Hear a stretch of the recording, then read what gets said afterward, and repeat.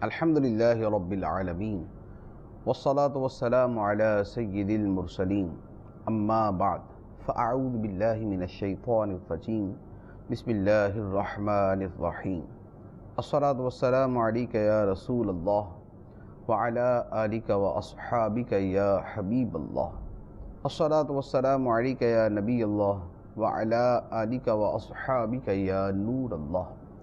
فیضان قرآن کے سلسلے میں حاضر ہیں اور آج سورہ صافات کی آیت نمبر 90 سے قرآن پاک کا درس سنیں گے۔ حضرت ابراہیم علیہ السلام کا تذکرہ جاری تھا کہ آپ نے اپنی قوم کو پہلے توحید کی دعوت دی اور اس کے بعد آپ نے انہیں عملی طور پر سمجھانا چاہا۔ قوم کا کوئی میلہ تھا، قوم وہاں جانے لگی تو ابراہیم علیہ السلام نے ایک عذر بیان کر کے آپ پیچھے ٹھہر گئے۔ پیچھے ٹھہرنے کے بعد آپ قوم کی عدم موجودگی میں بتوں کے پاس گئے اور انہیں جا کے توڑ دیا۔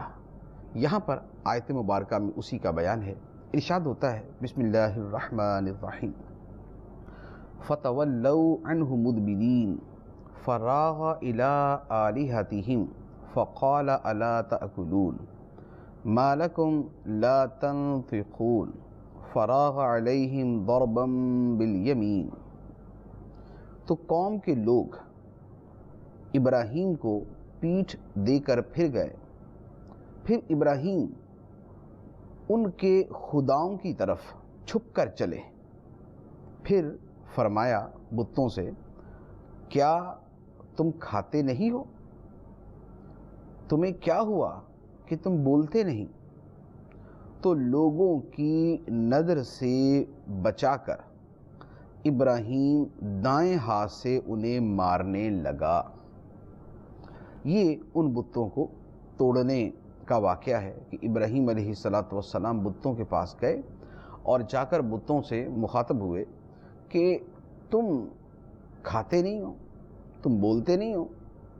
یہ ایک تحقیر کا اظہار تھا ان کے لیے اور ان کی بے کسی اور بے بسی کو ظاہر کرنا تھا، ورنہ بت تو نہ آپ کی باتیں سن رہے تھے نہ انہیں اس کا شعور تھا، لیکن آپ نے یہ باتیں کہہ کر اپنے دلی جذبات کا اظہار کر دیا۔ اس کے بعد آپ نے اپنے دائیں ہاتھ کے اندر کلہاڑا پکڑا اور اس کلہاڑے سے ان کو مارنا شروع کر دیا، ان کو توڑنا شروع کر دیا۔ کسی کی جو ہے وہ گردن کاٹ دی، کسی کے بازو کاٹ دیے، کسی کو درمیان سے کاٹ دیا۔ یہ جتنے بت اس بت خانے کے اندر تھے وہ آپ نے سارے کے سارے توڑ دیے، اور وہ جو کلہاڑا تھا وہ اس بت خانے کا جو سب سے بڑا بت تھا اس کے گلے کے اندر ڈال دیا، اور یہ آپ عمل کر کے واپس آ گئے۔ قوم اپنے میلے سے واپس آئی اور آ کر اپنے بت خانے میں گئی کہ جا کے ذرا بتوں کو بھی سلام کرتے جائیں۔ وہاں جا کے دیکھا تو منظر ہی عجیب کہ جن خداؤں کو صحیح سلامت بظاہر چھوڑ کے گئے تھے، کسی کا کان کٹا ہوا، کسی کی ناک کٹی ہوئی، کسی کا بازو ٹوٹا ہوا، کسی کا ہاتھ نہیں ہے، کسی کی ٹانگیں نہیں ہیں، کوئی زمین پہ گرا ہوا، کسی کے ٹکڑے ادھر ہیں، کسی کے ٹکڑے ادھر ہیں۔ اب جن کو وہ خدا مانتے ہوں اور ان کے ساتھ یہ سلوک ہو جائے تو ان کی کیا حالت ہوگی آپ سمجھ سکتے ہیں۔ تو قوم تو بپھر گئی، غصے میں بھر گئی، آپس میں بات کرنے لگی کہ یہ کون ہو سکتا ہے جس نے ہمارے بتوں کے ساتھ، ہمارے خداؤں کے ساتھ یہ سلوک کیا۔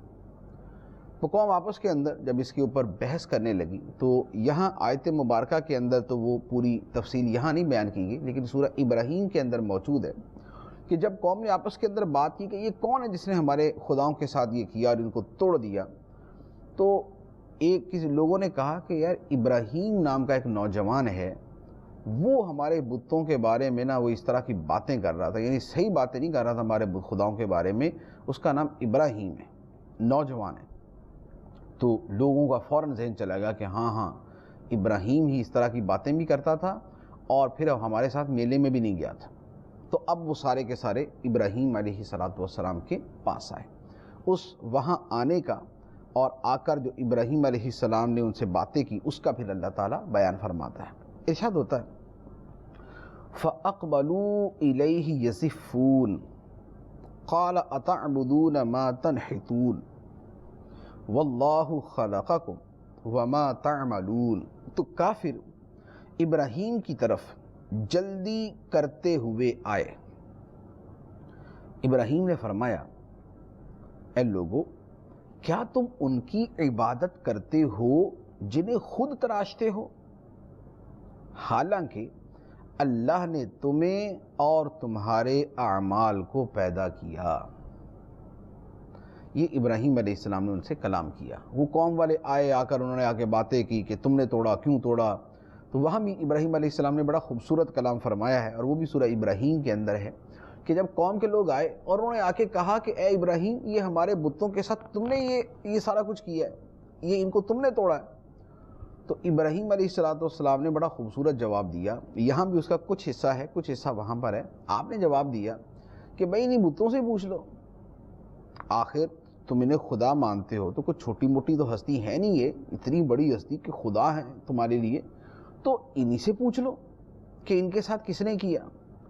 اب ساری قوم شرمندہ ہو گئی، کیونکہ ابراہیم علیہ السلام نے بات تو بڑی معقول فرمائی کہ بھئی ان کو خدا مانتے ہو، اتنا بڑا رتبہ دیا ہوا، تو کم از کم ان کو اتنا تو شعور ہونا چاہیے کہ تمہیں بتا سکے کہ ہمارے ساتھ کس نے سلوک کیا۔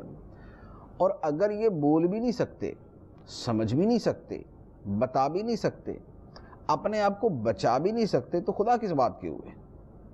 خدائی کے تو اس کے اندر دور دور تک کوئی ایک ذرہ برابر کو نام و نشان بھی نہیں۔ تو یہ جب ابراہیم علیہ السلام نے کلام کیا تو قوم نے شرمندہ ہو کر اپنے سروں کو جھکا لیا اور اپنے اندر ہی اندر کہنے لگے کہ یہ تو بات نہیں کرتے۔ اب اس پر پھر ابراہیم علیہ السلام نے مزید ان سے فرمایا کہ کیا تم ان چیزوں کی عبادت کرتے ہو جنہیں تم اپنے ہاتھوں سے تراشتے ہو، اپنے ہاتھوں سے بناتے ہو، کیا ان کی عبادت کرتے ہو؟ حالانکہ نہ ان بتوں نے تمہیں پیدا نہیں کیا، اللہ نے تمہیں اور تمہارے اعمال کو پیدا کیا۔ تو یہ آپ علیہ السلام نے ایک بڑے خوبصورت انداز کے اندر ان کو یہ بات سمجھا دی۔ یہاں پر یہ جو آیت مبارکہ ہے کہ اللہ نے تمہیں اور تمہارے اعمال کو پیدا کیا، یہ اہل سنت کے اس عقیدے کی دلیل بھی ہے کہ خیر و شر کا خالق اللہ تعالیٰ ہی ہے، یعنی تخلیق اللہ تعالیٰ ہی فرماتا ہے، خواہ وہ شے اچھی ہے یا وہ ظاہراً بری ہے یا وہ جو بھی ہے، تخلیق اللہ تعالیٰ کا کام ہے۔ لہٰذا ایک اسلام مسلمانوں کے اندر ایک فرقہ گزرا ہے جو یہ کہتا تھا کہ خیر کا خالق تو اللہ ہے لیکن شر کا نہیں۔ اسی طرح مجوسیوں کا یہ عقیدہ تھا کہ خالق خیر اور ہے، خالق شر اور ہے۔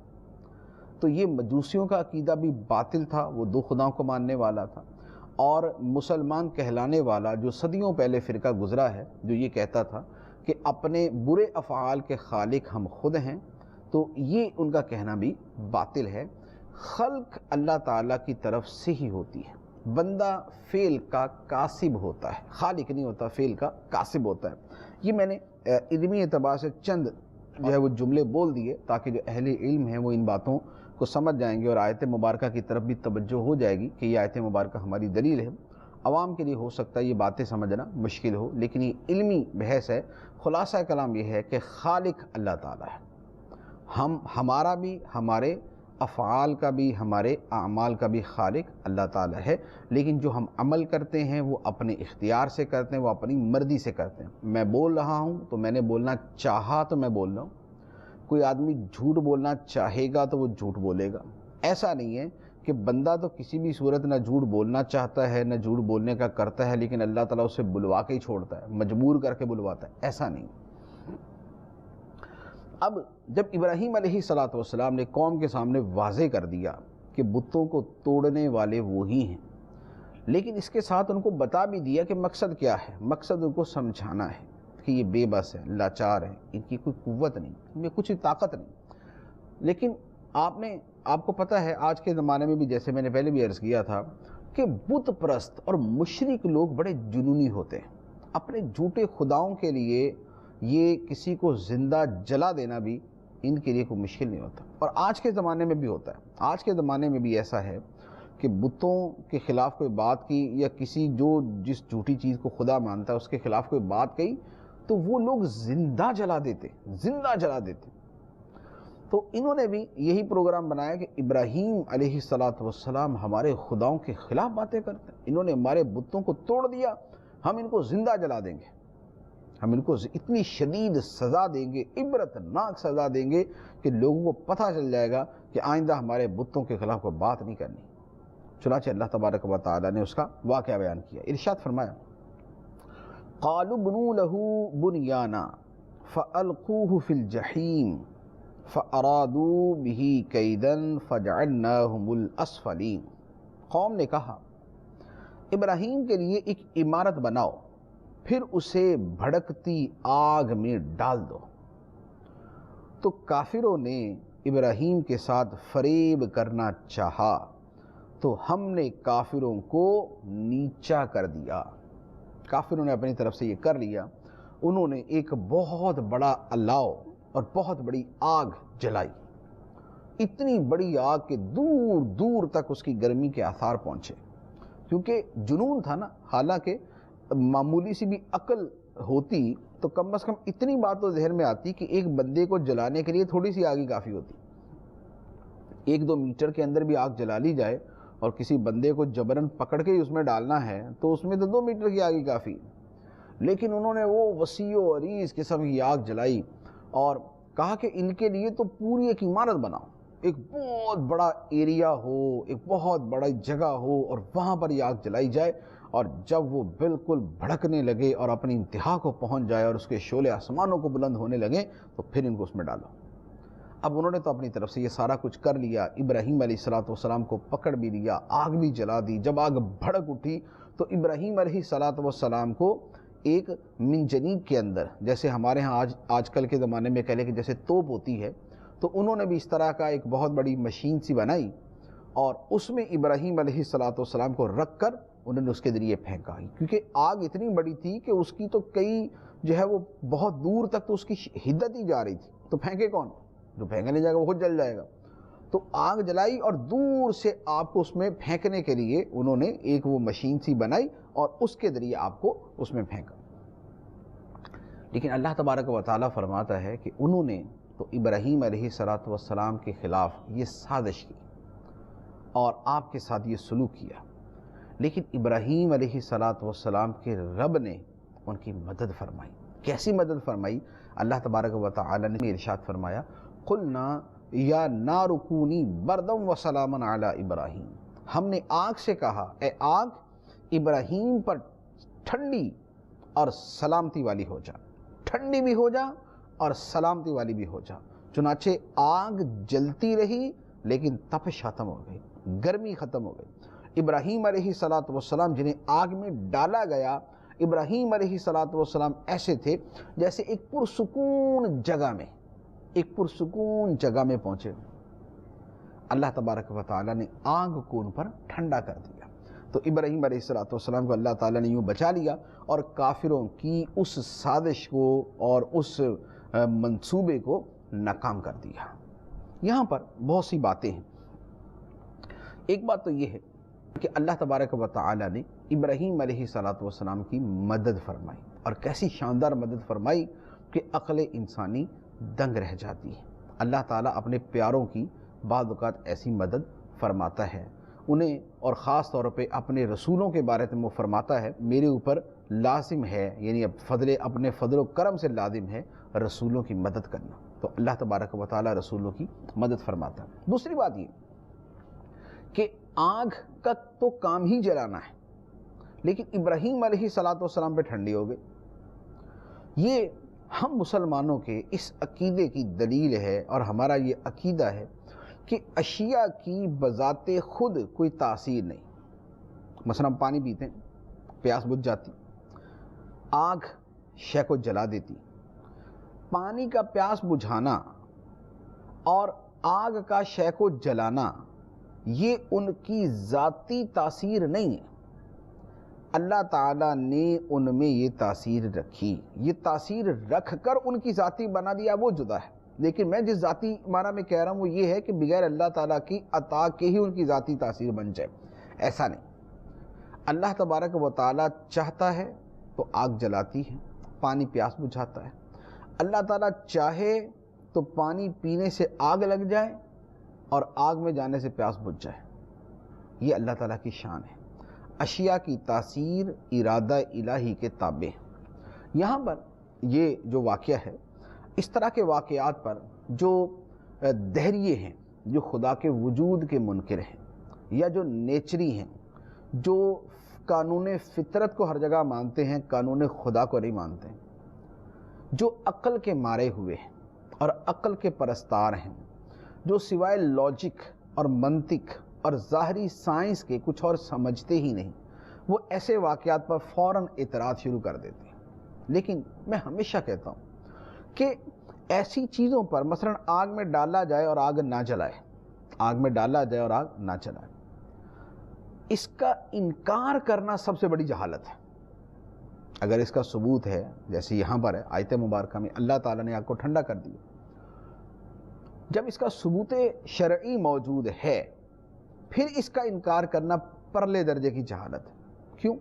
اس لیے کہ سائنسدان، منطق والے، لاجک والے، فطرت کو ماننے والے، آنکھوں دیکھا ہی ماننے والے، وہ سب کے سب یہ تو کہہ سکتے ہیں کہ ایسا ہوا، ہماری اب تک کی تحقیق کے مطابق ایسا نہیں ہو سکتا، ہماری اب تک کی تحقیق کے مطابق ایسا نہیں ہو سکتا. یہ نہیں کہہ سکتے کہ ایسا ہو ہی نہیں سکتا، یہ نہیں کہہ سکتے کہ ایسا ہو ہی نہیں سکتا. آج سے مثال کے طور پہ آج سے 1000 سال پہلے اگر کوئی شخص یہ کہتا کہ بھائی ایک بہت بڑا لوہے کا مکان ہوگا جو ہوا میں اڑے گا، لوہے کا بہت بڑا مکان ہوگا، بلڈنگ ہوگی جو ہوا میں اڑے گی، تو 1000 سال پہلے کے جو سائنسدان ہیں وہ سارے کے سارے ہو سکتا ہے اس کا انکار کرتے ہیں، مذاق اڑاتے، نہیں جی ایسا ہو ہی نہیں سکتا، ایسا ہو ہی نہیں سکتا. لیکن اگر وہ یہ کہتے تو وہ غلط ہوتا. اس وقت کے سائنسدان، 1000 سال پہلے کے سائنسدان یہ تو کہہ سکتے تھے کہ یار آج تک ہمارے مشاہدے میں نہیں آیا، وہ یہ کہہ سکتے تھے ہم نے دیکھا نہیں، وہ یہ کہہ سکتے ہیں کہ آج تک کی ہمارا علم اور تحقیق اور مشاہدہ ہے اس کے مطابق ایسا نہیں ہو سکتا. لیکن اگر وہ سائنسدان یہ کہتے تھے کہ ایسا ہو ہی نہیں سکتا تو وہ سائنسدان باطل تھے، مردود تھے، ان کا کہنا غلط تھا، جھوٹ تھا. کیوں؟ اس لیے کہ ہو گیا، جہاز اڑتے ہیں، لوہے کی بلڈنگ ہے پوری، لوہے کی بلڈنگ ہے پوری، ہوا میں اڑتی ہے. تو جو 1000 سال پہلے کے سائنسدان اگر اس کے بارے میں یہ کہتے کہ ایسا نہیں ہو سکتا تو غلط تھے یا نہیں تھے؟ تو سائنس یہ کہہ سکتی ہے کہ اب تک کی ہماری تحقیق اور مشاہدہ اور تجربات کے مطابق یہ کام نہیں ہو سکتا، ہمارے تحقیق کے لیکن یہ نہیں کہہ سکتے کہ ایسا ہو ہی نہیں سکتا. ابھی مثال کے طور پہ وہ ایک گاڑی ہے پہلے چاند پہ پہنچ گئی، آپ ایک نئی گاڑی بنائی مریخ پہ پہنچ گئی. آج سے 100 سال پہلے، 200 سال پہلے اگر کوئی یہ بات کرتا کہ جناب ہم ایک گاڑی ہوگی اور چاند پہ چلی جائے گی، ایک گاڑی ہوگی اور مریخ پہ چلی جائے گی، تو سائنسدان اس وقت یہ تو کہہ سکتے تھے کہ ہمارے آج تک کے تجربے، علم، نالج، لاجک، ڈسکوریز کے مطابق ایسا نہیں ہو سکتا. لیکن سائنسدان یہ نہیں کہہ سکتے تھے کہ ایسا ہو ہی نہیں سکتا. کیوں؟ اس لیے کہ ہو گیا، مشین چاند پہ بھی پہنچ گئی، مشین جو ہے مریخ پہ بھی کھڑی ہوئی ہے. تو سائنسدان صرف اپنے مشاہدے اور اپنے علم کا انکار کر سکتے ہیں، یہ نہیں کہہ سکتے کہ ہو ہی نہیں سکتا. اب آ جائیں آگ کی طرف. آگ، کیا ایسا ہو سکتا ہے کہ ایک زندہ انسان کو آگ میں ڈالا جائے، گوشت پوست کے بنے ہوئے انسان کو آگ میں ڈالا جائے، آگ نہ جلائے؟ ہو سکتا ہے آج تک تجربہ نہ ہوا اس کا سائنسدانوں کے نزدیک، لیکن کیا سائنسدان یہ کہہ سکتے ہیں کہ ایسا ہو ہی نہیں سکتا؟ سوال ہی پیدا نہیں. یہ کہیں گے تو یہ سائنس کے خلاف ہوگا، یہ عقل کے خلاف ہوگا، یہ لاجک کے خلاف ہوگا، یہ خود سابقہ مشاہدہ اور تجربوں کے خلاف ہوگا کہ آپ اپنے علم اور عقل کی تو انکار کر سکتے ہیں لیکن کسی شے کے وقوع کا اور کسی شے کے ممکن ہونے کا انکار نہیں کر سکتے. لہذا ہو سکتا ہے آج سے 5 سال بعد ہی کوئی ایسی ایجاد آ جائے کہ بھئی ایک انسان کو آگ میں ڈالا جائے اور آگ کو کسی اس طریقے سے اس کے اوپر کچھ ٹیکنیکل کیا جائے، نہ جلائے. بالکل ہو سکتا ہے، 100% ہو سکتا ہے. تو اب عرض یہ ہے کہ اگر یہ سائنسدان 2-4 سال کے تجربوں کے بعد ایسا کر سکتے ہیں تو خدا نہیں کر سکتا؟ سائنسدان تو کر سکیں، تجربات کریں اور ایسی چیزیں بنا لیں کہ یا تو بندے پہ کچھ لگا دیں یا آگ پہ کچھ کر دیں، آگ کو ٹھنڈی کر دیں، تو سائنسدان تو کر سکیں، خدا نہ کر سکے، لا حول ولا قوت الا باللہ، کیسی بات ہے۔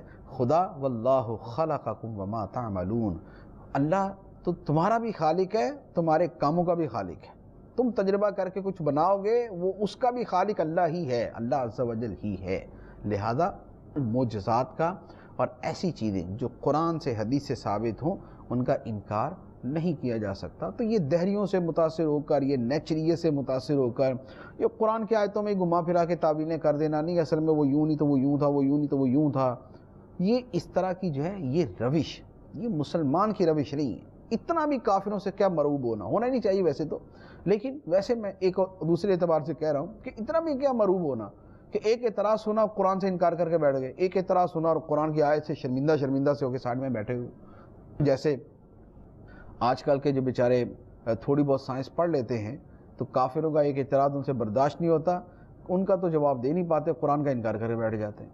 ایسا نہیں، مسلمان کا ایمان اتنا بھی کچا نہیں ہونا چاہیے، اتنا بھی کمزور نہیں ہونا چاہیے کہ دو اعتراض ہے اور اسلام بھی ادھر سے ادھر ہو گیا، ایمان ادھر سے ادھر ہو گیا۔ نہیں، دنیا پوری کی پوری ادھر سے ادھر ہو جائے، مشرق سے مغرب میں ہو جائے، مغرب سے مشرق میں ہو جائے، جو مرضی ہو جائے، اللہ تعالیٰ نے جو فرما دیا وہ حق ہے اور حق ہے۔ اب اس کے بعد جب اب واقعے کا اگلا حصہ شروع ہوتا ہے، ابراہیم علیہ السلام نے جب آپ کو آگ میں ڈالا گیا، آگ بھی ٹھنڈی ہوگی، سلامتی والی ہو گئی، تو اب جب آپ اسے باہر نکل آئے تو آپ سمجھ گئے کہ اب یہ قوم ابھی ماننے والی نہیں، تو آپ نے اس علاقے سے ہجرت کرنے کا ارادہ کیا۔ اور آپ کے اوپر ایمان لانے والوں میں کون تھا؟ آپ کے بھتیجے حضرت لوط علیہ السلام، جو خود اللہ کے رسول تھے، اللہ کے نبی تھے، یعنی ہیں، تو انہوں نے آپ کے ساتھ ہجرت کی اور آپ کے ساتھ حضرت سارہ رضی اللہ تعالی عنہا تھی۔ اب حضرت ابراہیم علیہ السلام فرماتے ہیں، اللہ تعالی ارشاد فرماتا ہے وَقَالَ إِنِّي ذَاهِبٌ إِلَىٰ رَبِّي سَيَهْدِينِ،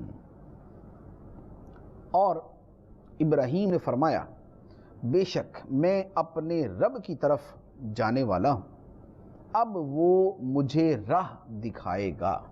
یعنی ابراہیم علیہ السلام نے کہا کہ میں اپنے رب کی طرف جانے والا ہوں، یعنی رب کی خاص سرزمین شام کی طرف جانے والا۔ تو آپ نے ارض مقدسہ شام کی طرف آپ نے ہجرت فرمائی تھی، اور یہ چونکہ اللہ کے لیے ہجرت تھی کہ اللہ تعالیٰ کے دین کی خاطر ہی آپ کو ہجرت کرنی پڑی تھی، تو اس کو الی ربی فرمایا، میں اپنے رب کی طرف ہجرت کرنے والا ہوں۔ تو اس سے پتہ چلا کہ جو کام اللہ کے لیے ہے، جو کام اللہ کے لیے ہے، تو اسے یوں بھی تعبیر کیا جا سکتا ہے کہ میں اللہ کی طرف جانے والا ہوں۔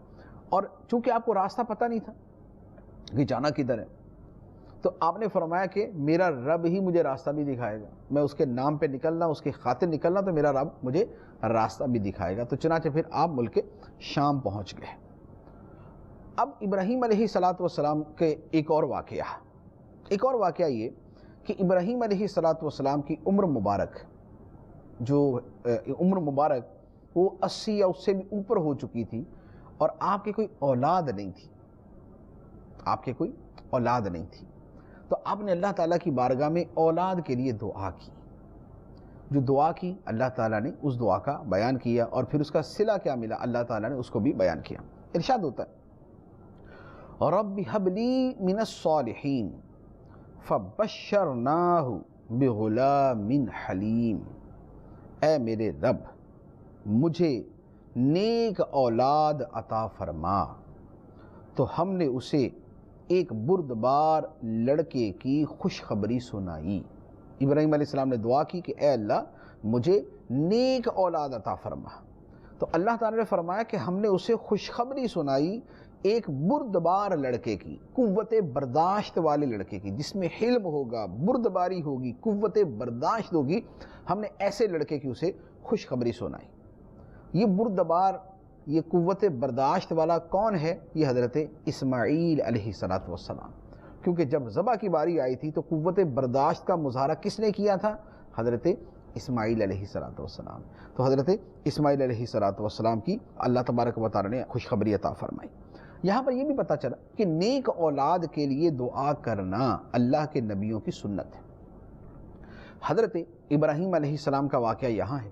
اسی طرح حضرت زکریا علیہ السلام کا واقعہ بھی قرآن پاک میں موجود ہے کہ حضرت زکریا علیہ السلام نے بھی دعا کی تھی کہ اے اللہ مجھے نیک اولاد عطا فرما. تو حضرت یحییٰ علیہ السلام کی بشارت دی گئی اور حضرت یحییٰ علیہ السلام پیدا ہوئے. اسی طرح حضرت مریم رضی اللہ تعالی عنہا کی والدہ نے بھی دعا مانگی تھی، منت مانگی تھی، تو حضرت مریم رضی اللہ تعالیٰ عنہ پیدا ہوئی. ان کے ذہن میں تو لڑکے کی دعا تھی، اللہ تعالیٰ نے کو لڑکی عطا فرما دی، لیکن فرمایا کہ یہ جو لڑکی ہے یہ اس لڑکے سے بھی بہتر ہے جو تم مانگ رہی ہو. تو صالحین اور اللہ تعالیٰ کے پیغمبر علیہ السلام یہ نیک اولاد کے لیے دعا مانگتے تھے. لہذا اولاد کے لیے دعا مانگنے میں کوئی حرج نہیں، بلکہ یہ دعا ہے، دعا عبادت ہے. دعا تو دعا ہی ہے نا، دعا تو عبادت ہی ہے، خواہ وہ اولاد کے لیے مانگی جائے یا رزق کے لیے مانگی جائے. یہ ایک بڑی خوبصورت بات ہے کہ ہم بھلے مال ہی مانگے تب بھی ثواب ملے گا. مثال کے طور پہ میں اللہ تعالیٰ سے دعا کروں کہ یا اللہ مجھے 50 لاکھ روپے عطا فرما دے، یا اللہ مجھے 50 لاکھ روپے عطا فرما دے. یہ 50 لاکھ تو نہیں ہے، لیکن پھر بھی مجھے دعا مانگنے کا ثواب ملے گا. کیوں؟ اس لیے کہ میں اللہ تعالیٰ سے مانگ رہا ہوں اور دعا مانگ رہا ہوں، اور دعا عبادت ہے. تو دعا جو عبادت ہے اس کا تو مجھے ثواب بھی ملے گا نا، بھلے میں 50 لاکھ روپے کی دعا مانگ رہا ہوں. تو اولاد کی دعا مانگنا یہ محبوب ہے، یہ پسندیدہ ہے، یہ جائز ہے، نبیوں کی سنت ہے اور ثواب ہے. نیک اولاد کی دعا مانگی جا سکتی ہے اور انبیاء علیہ السلام سے ثابت ہے. اور یہ جو الفاظ مبارکہ ہیں اس کو جو علماء ہیں، جو اکابر اس تعویذات اور دم اور دعاؤں کے شعبے کے جو اہل علم ہیں، وہ ان الفاظ کے بارے میں فرماتے ہیں کہ اگر ان کو بکثرت پڑھا جائے تو اللہ تعالیٰ اولاد نرینہ صالحہ عطا فرماتا ہے. یعنی اللہ تعالیٰ لڑکا عطا فرمائے گا اور نیک لڑکا عطا فرمائے گا. تو یہ جو الفاظ ہیں، ربی حب لی من الصالحین، ربی حب لی من الصالحین، اگر ان الفاظ کو پڑھا جائے اور اس کی بلے روزانہ تسبیح کر لیں، پوری تسبیح کر لیں، لیکن دعا کی نیت سے کرے کہ یہ دعا مانگ رہے کہ اے اللہ ہمیں نیک اولاد عطا فرما، اے اللہ مجھے نیک اولاد عطا فرما. یہ تسبیح کریں، انشاءاللہ اللہ عز و جل کرم فرمائے. تو حضرت اسماعیل علیہ السلام کی پیدائش ہوئی. اب اسماعیل علیہ السلام کی پیدائش ہوئی، پھر اس کے بعد کا بھی ایک واقعہ ہے، وہ یہاں نہیں ہے، وہ سورہ ابراہیم کے اندر 13ویں پارے کے اندر اللہ تعالیٰ نے بیان فرمایا کہ اللہ تبارک و تعالیٰ نے حکم دیا کہ اے ابراہیم اپنی بیوی اور اپنے بیٹے کو بیابان میں چھوڑ کے آ جاؤ، جنگل بیابان میں چھوڑ کے آ جاؤ، صحرا میں چھوڑ کے آ جاؤ. ابراہیم علیہ السلام نے حضرت حاجرہ رضی اللہ تعالیٰ عنہ کو لیا. حضرت ابراہیم علیہ السلام کی یہ 2 بیویاں تھیں، یہ یاد رکھیے گا. حضرت سارہ رضی اللہ تعالیٰ عنہ جو ہیں یہ حضرت اسحاق علیہ السلام کی والدہ، اور حضرت حاجرہ حضرت اسماعیل علیہ السلام کی والدہ ہیں. تو اللہ تعالیٰ نے حکم دیا کہ حاجرہ اور اسماعیل ان دونوں کو صحرا میں چھوڑا. ابراہیم علیہ السلام چھوڑ کے آ گئے، اور یہ وہ جگہ جسے ہم مکہ مکرمہ کہتے ہیں، مسجد حرام شریف کہتے ہیں، مسجد حرم کہتے ہیں، لیکن یہ چٹیل میدان تھا، خالی میدان تھا، ریتی ریتی. تو یہ وہاں پر چھوڑ کے آ گئے. وہاں پر پھر پیاس کا معاملہ ہوا، اللہ تعالیٰ نے وہاں سے زمزم کا پانی جاری کر دیا، اور پھر اس کے بعد وہاں آبادی ہو گئی. اسماعیل علیہ السلام وہاں پر جو ہے وہ نوجوان ہو گئے، 16-17 سال کی عمر کو پہنچ گئے. جب حضرت ابراہیم علیہ السلام ایک عمر کو پہنچے، اب اس کے بعد اگلا واقعہ شروع ہوتا ہے. اب وہ کیا ہے؟ وہ ارشاد ہوتا ہے فَلَمَّا بَلَغَ مَعَهُ السَّعْيَ قَالَ يَا بُنَيَّ إِنِّي أَرَى فِي الْمَنَامِ أَنِّي أَذْبَحُكَ فَانظُرْ مَاذَا تَرَى قَالَ يَا أَبَتِ افْعَلْ مَا تُؤْمَرُ سَتَجِدُنِي إِن شَاءَ اللَّهُ مِنَ الصَّابِرِينَ.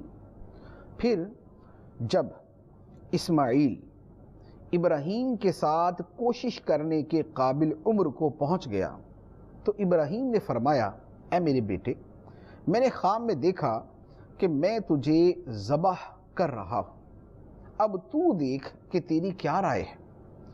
بیٹے نے کہا اے میرے باپ، آپ وہی کریں جس کا آپ کو حکم دیا جا رہا ہے، اگر اللہ نے چاہا تو عنقریب آپ مجھے صبر کرنے والوں میں سے پائیں گے.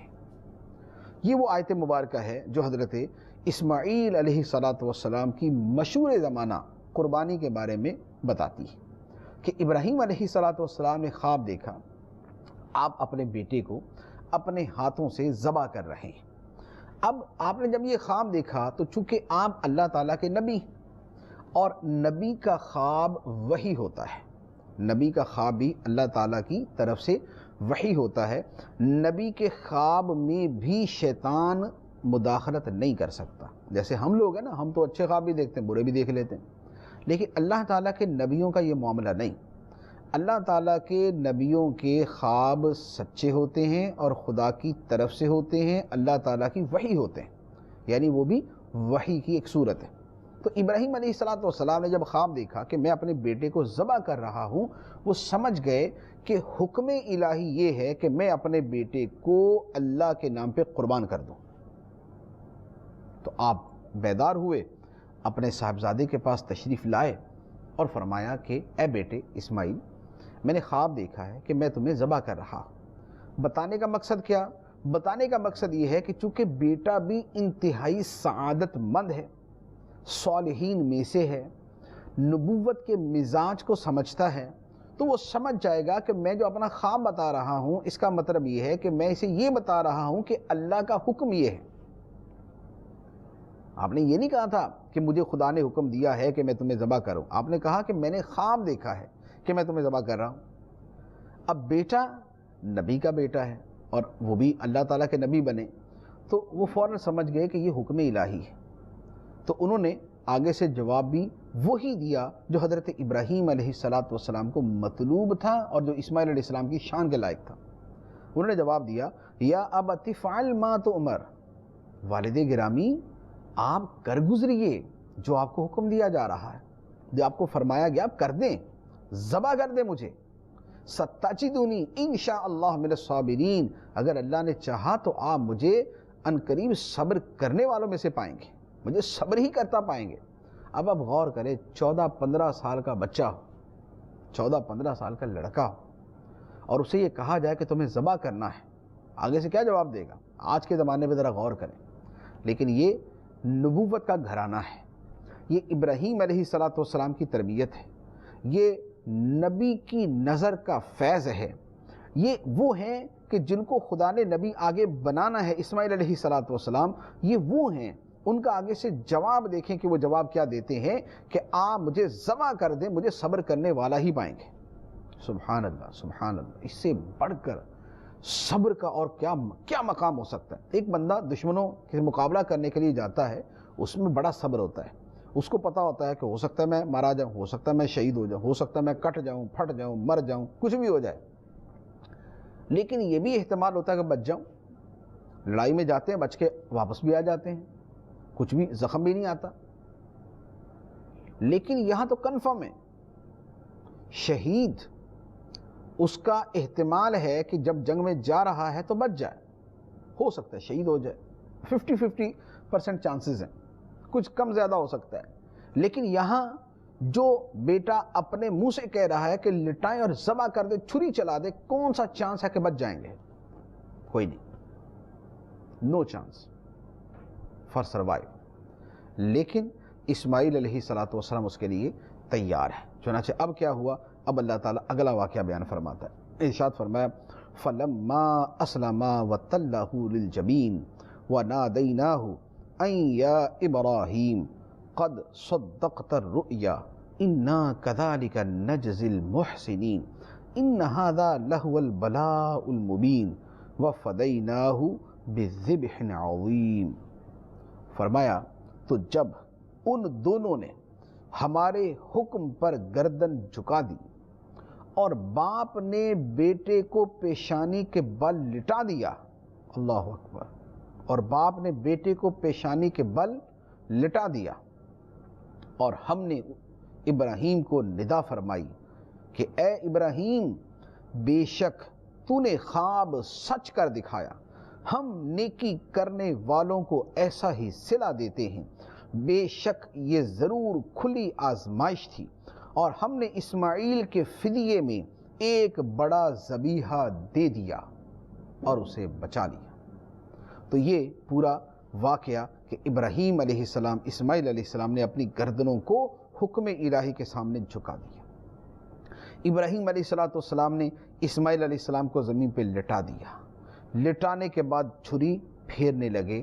جب وہ وقت آ گیا کہ آسمان و زمین کے فرشتے حیرت زدہ ہو جائیں کہ یہ کیا ہو رہا ہے، بڑھاپے کی دعاؤں کے اندر جو بیٹا عطا کیا گیا، اکلوتا بیٹا، اس کو ذبح کرنے کا حکم ہو رہا ہے، اپنے ہاتھوں سے اس کی گردن پہ چھری چلانے کا اور اس کا خون بہانے کا حکم ہو رہا ہے، فرشتے بھی حیرت زدہ ہوں گے۔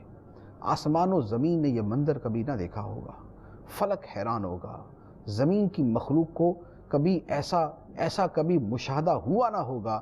اس وقت حضرت ابراہیم علیہ السلام جب چھری چلانے لگے تو اللہ تبارک و تعالی نے ندا فرمائی، اے ابراہیم تو نے اپنے خواب کو سچا کر دکھایا۔ سبحان اللہ، اللہ تعالیٰ ان کے اس فعل کی تحسین فرما رہا ہے، ان کے فعل کی تحسین فرما رہا ہے کہ تو نے اپنے خواب کو سچا کر دکھایا۔ ہم نیکی کرنے والوں کو ایسا ہی صلہ دیتے ہیں جیسا تمہیں عطا کریں گے۔ جنت سے اللہ تبارک و تعالی نے ایک ذبیحہ بیچ دیا، ایک مینڈا بیچ دیا جو اسماعیل علیہ السلام کی جگہ پر ذبح ہو گیا، اور اللہ تبارک و تعالی خود اس امتحان کے بارے میں فرماتا ہے، ان ھذا لہو البلاء المبین، بے شک یہ ضرور کھلی آزمائش تھی، بے شک یہ ضرور کھلی آزمائش تھی۔ تو یہ آزمائش تھی جو حضرت اسماعیل علیہ السلام کی ہوئی، اور جس کے اندر وہ پورے اترے۔ باپ بھی اس آزمائش میں پورا اترا، بیٹا بھی اس آزمائش میں پورا اترا۔ تو اللہ تبارک و تعالی نے پھر کیسا صلہ عطا فرمایا، خود ارشاد فرمایا، وَتَرَكْنَا عَلَيْهِ فِي الْآخِرِينَ سَلَامٌ عَلَىٰ إِبْرَاهِيمَ كَذَلِكَ نَجْزِي الْمُحْسِنِينَ إِنَّهُ مِنْ عِبَادِنَا الْمُؤْمِنِينَ۔ اور ہم نے بعد والوں میں ابراہیم کی تعریف باقی رکھی، ابراہیم پر سلام ہو، ہم نیکی کرنے والوں کو ایسا ہی صلہ دیتے ہیں، بے شک ابراہیم ہمارے اعلیٰ درجے کے کامل ایمان والے بندوں میں سے ہیں۔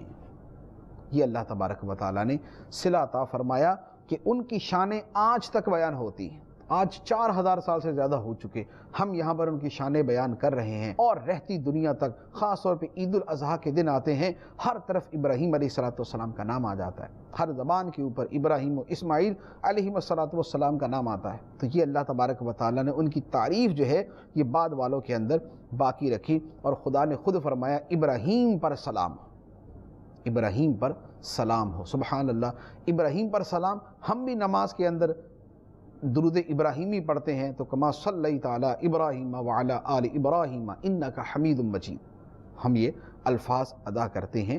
تو فرمایا کہ ہم نیکی کرنے والوں کو ایسا ہی صلہ دیتے ہیں، بے شک وہ ہمارے مومن بندوں میں سے تھے۔ یہاں پر ایک میں صرف چیز عرض کروں گا، وہ یہ ہے کہ ابراہیم علیہ السلام نے جیسے خواب دیکھا بیٹے کو ذبح کر رہے ہیں تو اپنے بیٹے کو ذبح کرنے کی کوشش فرمائی۔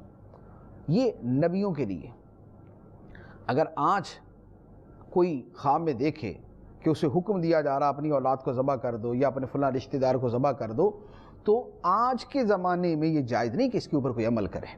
نبیوں کے خواب قطعی وحی ہوتے ہیں، حکم خدا ہوتے ہیں، لہذا وہ تو اس پہ عمل کریں گے، لیکن ہم اگر ایسا کوئی خواب دیکھیں تو ہم اس پہ عمل نہیں کر سکتے، خلاف شرع خواب دیکھیں گے ہم عمل نہیں کر سکتے۔ تو یہ جو ایسے بعض اوقات واقعات ہو جاتے ہیں کہ لوگ بول دیتے جی کہ اپنی اولاد کو ذبح کر دیا اور بول دیا میں نے خواب میں دیکھا تھا، تو یہ نفسیاتی مریض ہوتے ہیں، اور اس طرح کے خواب شیطان کی طرف سے ہوتے ہیں، اور شیطان ہی جو ہے وہ اس طرح کی ان سے حرکتیں کرواتا ہے۔ اور یا یہ ہے کہ اگر ایسا خواب حقیقتاً صحیح بھی ہو تو اس کی تعبیر یہ نہیں ہوتی۔ مثال کے طور پہ کسی نے دیکھا کہ اس نے اپنے بیٹوں کو ذبح کر دیا، تو اس بندے کے حق میں اگر اس کی صحیح تعبیر بھی دی جائے تو یہ ہو سکتا ہے کہ بھئی وہ اپنے بیٹوں کو اللہ کے دین کے لیے وقف کر دے، اپنے بیٹوں کو علم دین کے لیے، تبلیغ دین کے لیے وقف کر دے۔ تو قربانی سے مراد ہے اللہ کی راہ میں ان کو وقف کر دینا، چھوڑ دینا، یہ مراد ہو سکتا ہے، یعنی اگر کوئی خواب دیکھے، لیکن بیائی نہیں اس کا یہی مراد رہنا کہ ذبح کرنے کا حکم ہے ذبح ہی کر دے، یہ حرام حرام حرام اور شدید گناہ کبیرہ ہے۔ اللہ تبارک و تعالی ہمیں حضرت ابراہیم علیہ السلام کی سیرت مبارکہ، اسوہ حسنہ پر چلنے کی، اور ہر حکم الہی کے سامنے اپنی گردنوں کو، اپنے سروں کو جھکا دینے کی توفیق عطا فرمائے، آمین، بجاہ النبی الامین صلی اللہ تعالی علیہ وسلم۔